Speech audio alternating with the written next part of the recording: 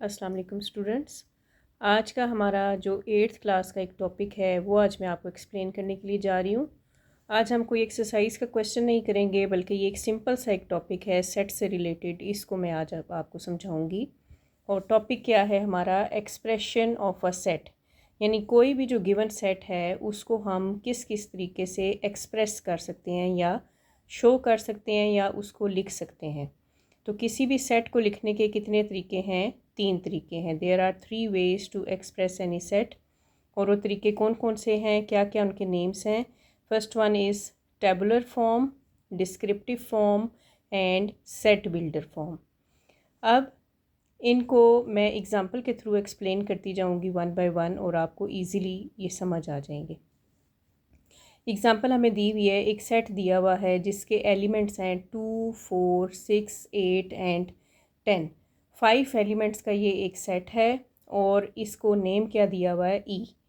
और ये जो फॉर्म है जिसमें ये सेट ऑलरेडी ई सेट जो लिखा हुआ है, ये सेट क्या कहलाती, ये फॉर्म जो कहलाती है, ये क्या कहलाती है? टेबुलर फॉर्म कहलाती है। टेबुलर का जो वर्ड है ये किस से निकला है? टेबल से निकला है, यानी किसी चीज़ को टेबल की फॉर्म में लिख लेना। और टेबल की फॉर्म में लिखना यानी किसी चीज़ की जो चीज़ें हैं, एलिमेंट्स हैं, उनको एक लिस्ट की फॉर्म में लिख लेना। तो वो क्या बन जाता है आपका? सेट्स की फॉर्म में वो क्या कहलाता है? टेबुलर फॉर्म कहलाता है। नेक्स्ट जो आपकी फॉर्म है वो है डिस्क्रिप्टिव फॉर्म। डिस्क्रिप्टिव का जो वर्ड है वो डिस्क्राइब करने से निकला है, यानी किसी भी सेट को सेंटेंस की फॉर्म में या स्टेटमेंट की फॉर्म में एक्सप्रेस करने को क्या कहा जाता है? Descriptive form. यानी आपने उसको डिस्क्राइब करना है, उसके एलिमेंट्स को। तो ये गिवन सेट है, इसी को हम लेके तो हम इसकी डिस्क्रिप्टिव फॉर्म लिखेंगे।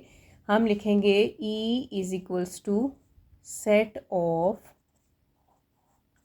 First 5 even numbers.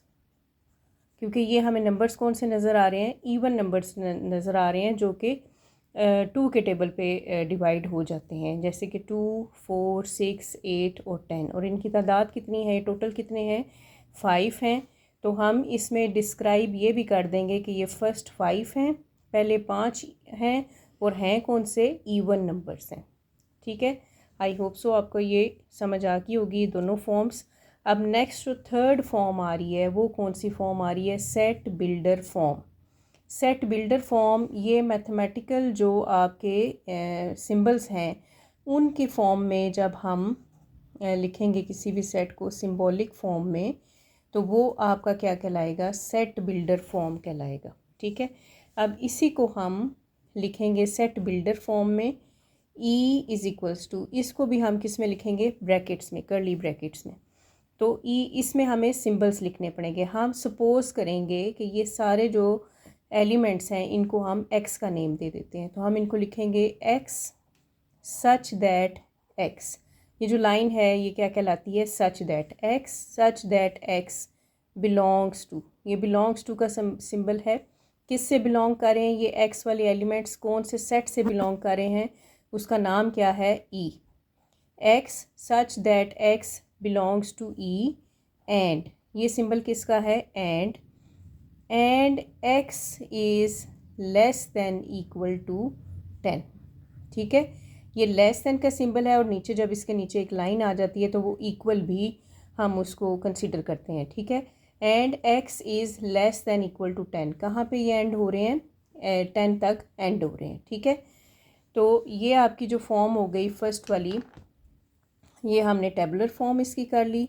इसके बाद ये हमारे पास आ गई इसकी डिस्क्रिप्टिव फॉर्म, और लास्ट जो है वो हमारे पास क्या आ गई है? इसकी set builder form. Hope so आपने टॉपिक जो है वो अच्छी तरह से समझ लिया होगा। अब इस रिलेटेड क्वेश्चंस जो हैं वो हम अपनी नेक्स्ट वीडियो में करेंगे।